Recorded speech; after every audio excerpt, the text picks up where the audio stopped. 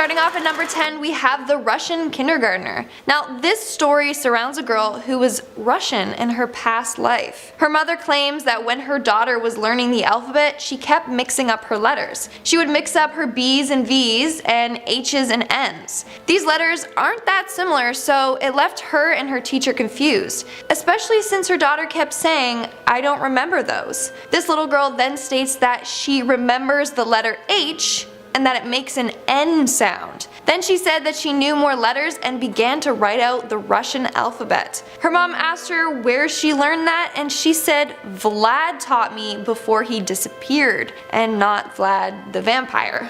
This little girl claimed that Vlad was her brother in her past life. How freaky! Like, there's no way that this young girl just happened to know the Russian alphabet, unless it was from her past life.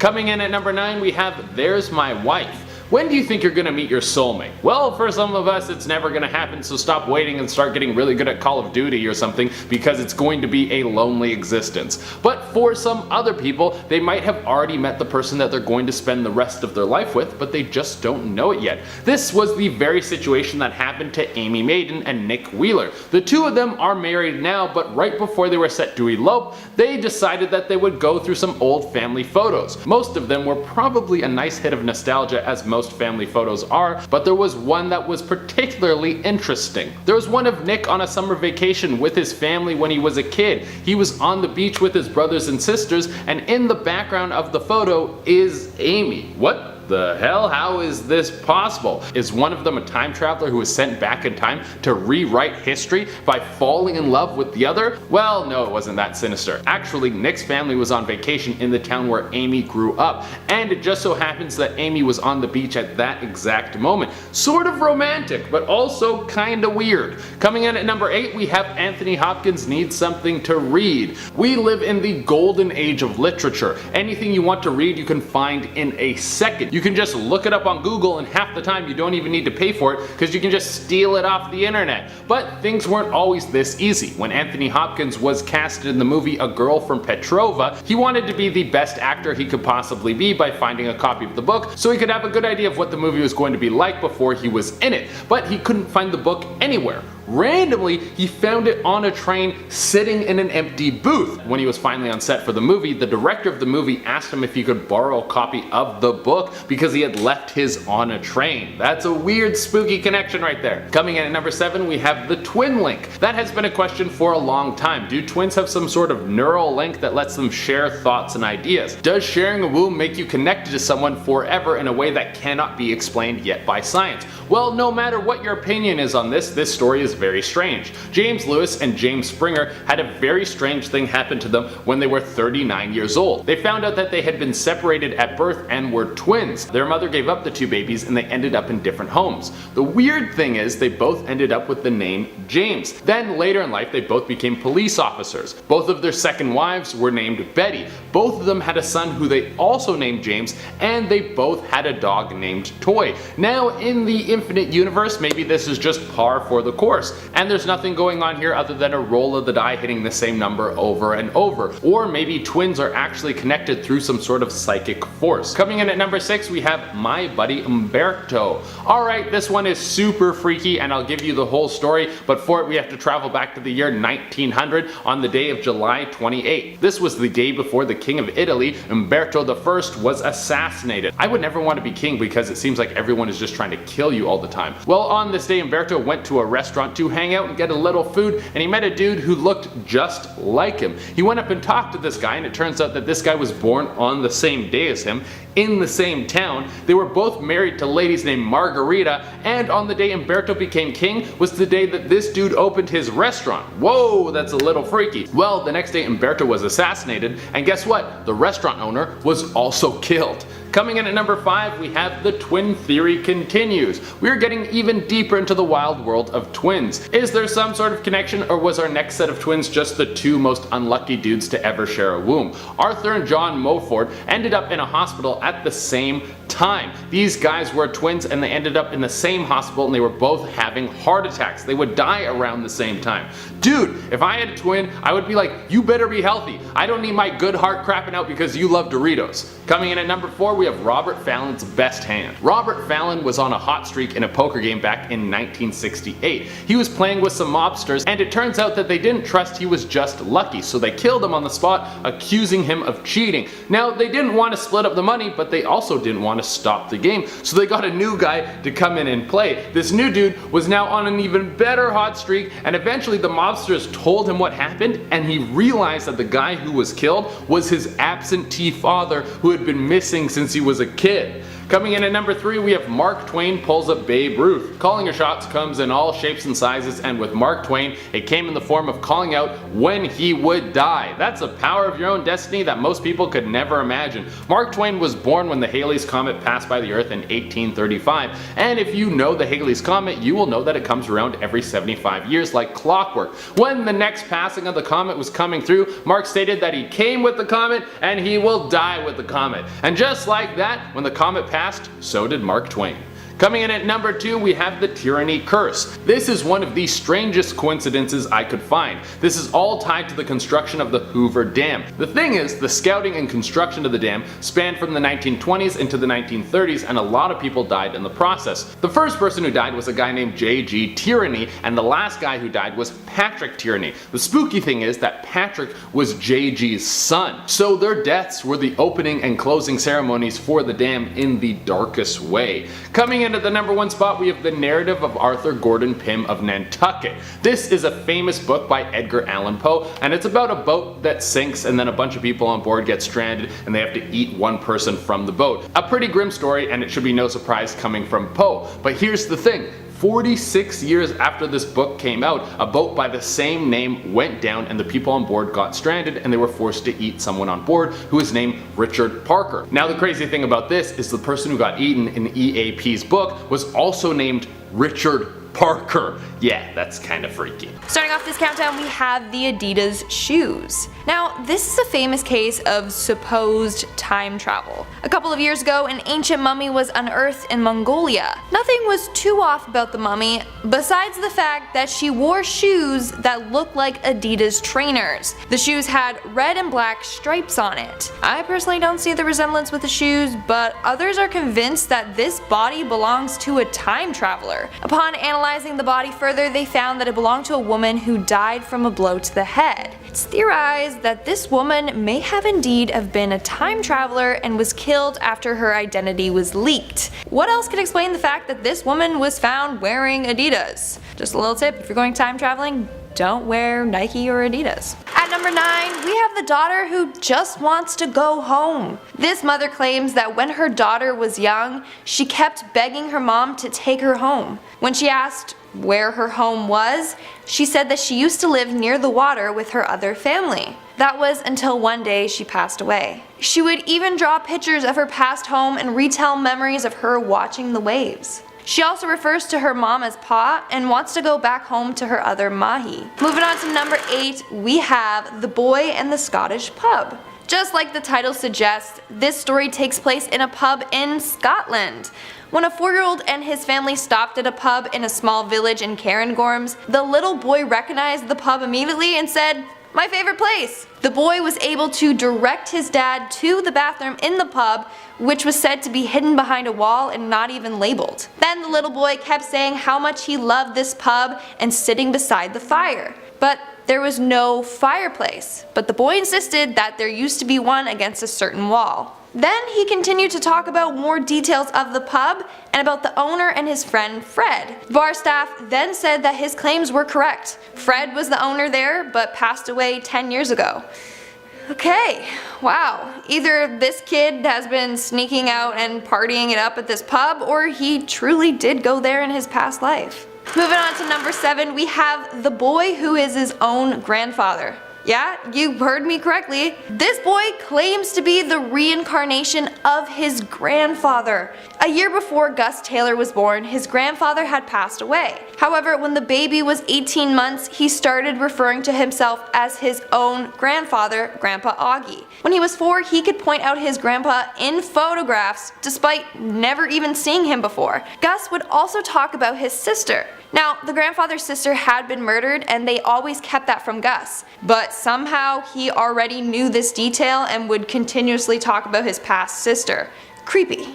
And also super confusing. So the grandfather was the dad to Gus's mom, but his mom gave birth to her dad, the grandfather? That's so weird.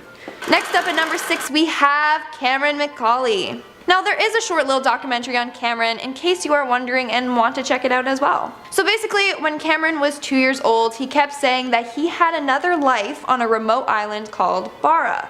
Now Cameron was from Glasgow, but Barra is an hour flight away, approximately 220 miles from Glasgow. For 3 years Cameron kept talking about his family in Barra. He said he had brothers and sisters and even had a black and white sheepdog. He said he remembers living in a white house near the beach and remembers planes landing nearby.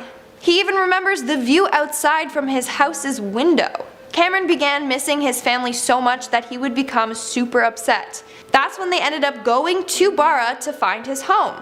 When they did find his home, it had the same view that Cameron described and was apparently even home to the same dog. However, Cameron said he had a father named Shane Robertson that passed away from getting hit in a car. This is the one thing that doesn't check out. Apparently there was never a Shane Robertson that lived there, so who's Shane? Honestly, maybe it was his father from like 2 lives ago. Who even knows? We are now at our halfway mark with Shanti Devi. Shanti Devi was born in 1926 in India. When she was 4 years old, she started making claims about her real name, her other family, and her past life. Apparently, she told her parents that she lived 145 kilometers away in a place called Mathura with her husband Kedar Nath. She also said that she died after giving birth to her child. Apparently, she even had the same talking habits as someone from Mathura. Her family eventually took her to the other village and found the man she claimed to be her husband by the name of Kedar Nath. Kedar then told them that he did lose his wife 9 years ago, 10 days after delivering their son. Now, Kedar was skeptical of this girl's claims, so when he went to go meet Shanti, he pretended to just be his brother. But Shanti instantly recognized him as her husband from her past life. Next on my list at number 4 we have James Leininger. Born in 1998, when James was 2, he claimed to be a lieutenant and passed away when his plane was shot down. Now, just like any other parent would do, they just brushed it aside, saying that he had a wild imagination. But then he kept describing accurate information. When they researched into this plane crash, they found that there was an American pilot named Lieutenant James Houston Jr. who passed away in 1945 towards the end of World War II. First off, what are the odds that he gets reincarnated and his parents literally picked the same name? Now, the boy continued to talk about his ship, the Natoma, which was also true. He would also have reoccurring nightmares about an airplane crash. His parents then met Lieutenant James's crew, who are all old by now, but they confirmed the details that James mentioned, saying that they were all accurate and only the lieutenant and the crew could have known some of the details. Coming in at number 3 we have Edward Austrian. Edward Austrian was 4 years old when he claimed that he was a soldier from World War I. He kept saying that he passed away after taking a bullet to the throat. In fact, Edward continuously would get sore throats and would say that his shot wound was hurting. Doctors couldn't even explain why he was constantly getting these sore throats, and in fact he even developed a cyst in his throat at one point. Eventually the cyst mysteriously went away on its own after Edward started talking more about his past life. He claims that he was a soldier named James that was 18 years old. He has vivid memories from his past life that he would share with his family. One day he said, and I quote, "We were walking along through the mud. It was damp, it was cold. My rifle is heavy. I remember looking out and seeing trees, and then there was desolation. I heard a shot come from behind. It went through someone else, hit me square in the back of the neck, and I felt my throat fill with blood." There's no way a 4-year-old could have made up those details, especially since his parents claim that they've never let him watch any soldier or war-related movies or shows. Next up at number 2, we have the boy from Thailand. Chennai was 3 years old when he started having memories of his past life. This 3-year-old boy remembers being a teacher named Bua Kai. He talked about his previous family, wife, and children. He said that he passed away after being shot in the head while walking to school. What's freaky is that this boy has 2 birthmarks on his face. One on the back of his head and one above his left eye. Those are the exact spots where the bullet entered and exited Bua Kai's head.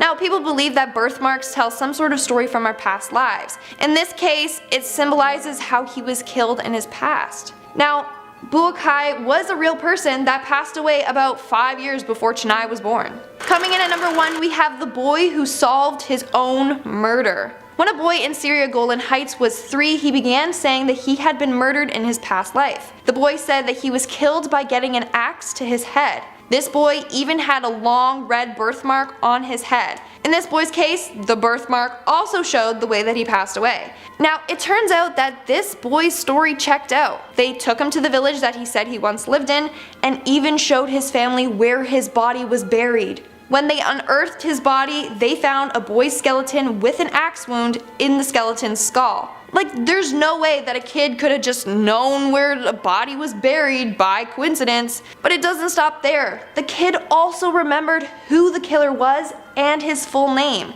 They then confronted him and he eventually admitted to the crime. Coming in at number 10, we have that sinking feeling. How many accidents out at sea do you have to have before you realize that you should never go on a boat again? For whatever reason, there are some people who will never have a good time out on the ocean, so you might want to find a job that doesn't have anything to do with H2O. Well, Violet Jessup was working as a nurse in 1911, and she was primarily on ocean cruisers. Her first accident at sea was when the boat she was on board of crashed into another boat. Luckily, she was able to make it onto one of the lifeboats and get out without a scratch. Now, she probably thought that that was just bad luck, and what better way to circumvent bad luck than by going on a boat that was apparently unsinkable? Yes, the next year she got a job on the Titanic. Well, that stinks, and I think we all know what happened there. Again, Violet was able to make it out without a scratch. After that, you would think, I am never going on a boat again, but a girl's gotta work, so there was no slowing her down. The final incident was on board of the HMS Britannic. The boat hit a mine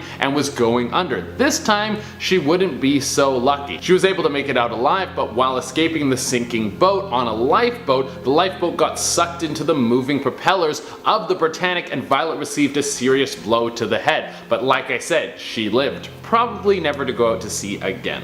Moving on to number 9, we have The Fight. A video of Mike Tyson's fight from 1995 went viral online for containing supposed proof of a time traveler. In the background of the video, you can see a man who appears to be recording or taking photos of the fight on an iPhone or another modern camera phone. The fight was in 1995 and camera phones were not sold until the 2000s. As a result, many people are convinced that the man in the audience is a time traveler, who I guess is a fan of Mike Tyson. What also tripped people out is the fact that the main cameras used in the 90s were the ones with the lenses in the middle. This camera is clearly lacking that. However, others believe that the man is not a time traveler and in fact was just taking a photo on a camera known as the Casio QV10A. Even though it's been potentially debunked, there are people out there that don't believe it for a second. In our 8th spot, we have the Mohawk Man. It's like, where's Waldo with these photos? Except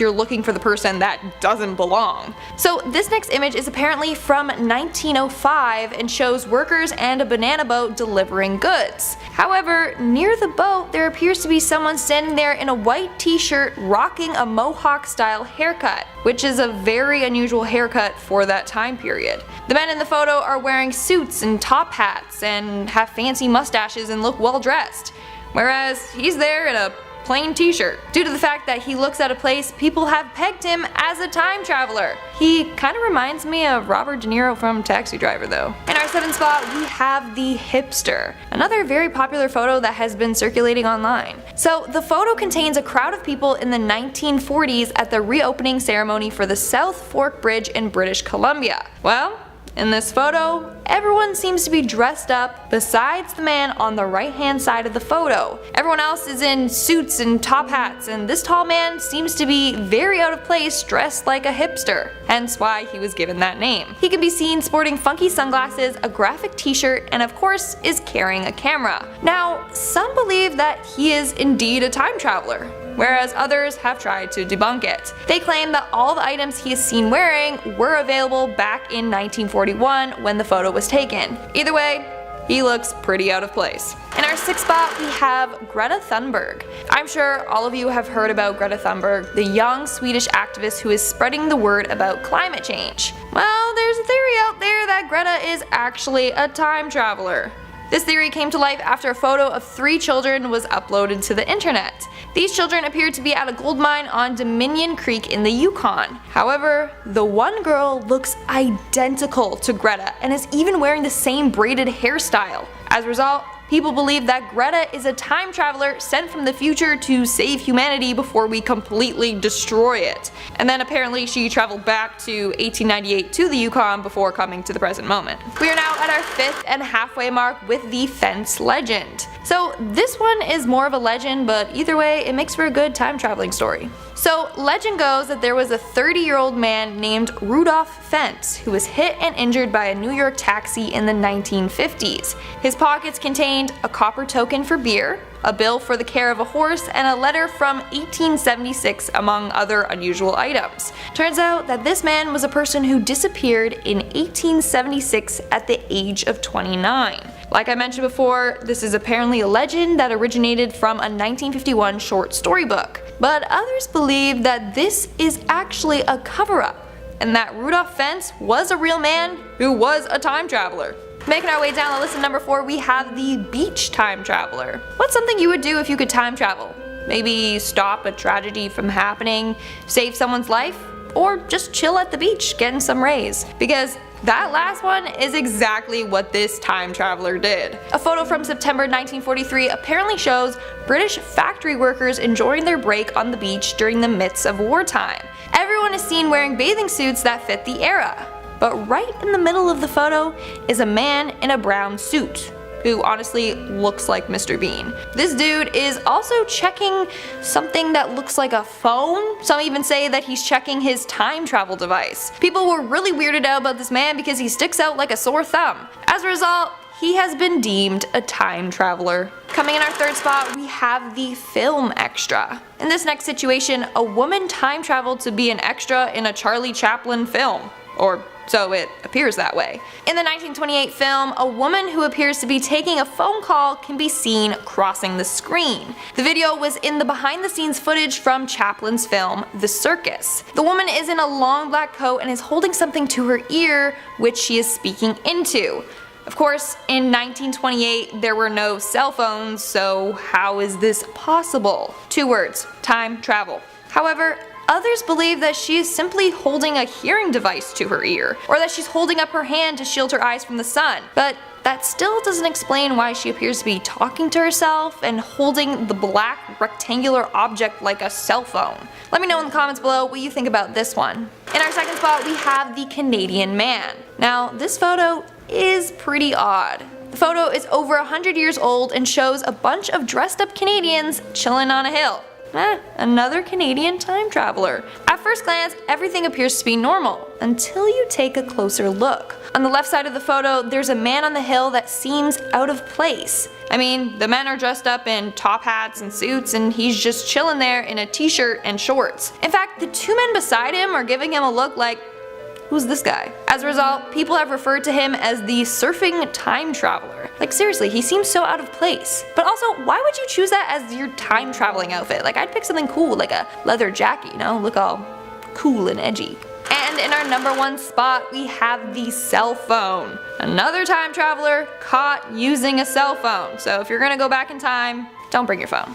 A A film from 1938 shows a woman talking on a device that looks just like a cell phone. Again, how is that possible when the first mobile phone wasn't available to buy until around the 80s? After this video made headlines, a YouTube user came forward claiming that the lady in the video was her great-grandmother. She apparently asked her grandmother, whose name is Gertrude Smith, about the video, and she said that she really was using a cell phone. Apparently, the phones were a prototype developed by a communications factory in Massachusetts. Gertrude and 5 other women were given the phones to test out for a week. But it's still hard to believe that this company was way ahead of the times. When mobile phones were ready, they were big, not the small ones that fit comfortably in your hand as seen in the video. So it really does make us wonder, what's real and what's not? Honestly, it seems hard to believe, and Gertrude Smith seems like a made-up name. And it was never even confirmed if what this user said was true. So it may just be that time travel is real and Gertrude was not too sly and got caught in action.